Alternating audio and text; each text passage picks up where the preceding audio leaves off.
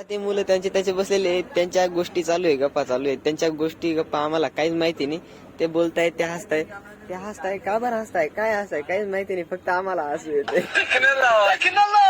Boys are simple. छोट्या गोष्टीत मोठा आनंद शोधावा लागतो. हॅशटॅग शेतकरी. आता आपलं मार्केट वगैरे झालेलं आहे ना, आता काटा करून डायरेक्ट घरी जायचंय. कारण आहे ना, आपल्या घरी खूपच कामं पडलेले. जी कांडी झाली होती, त्यानंतर आपण एकदा डाळिंबाच्या रोपांना पाणी टाकलेलं होतं आणि खाली ओलं आहे थोडस.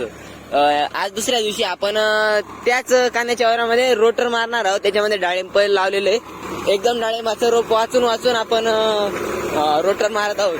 आता हे बघा, हे ते डाळिंबाचं रोप आहे.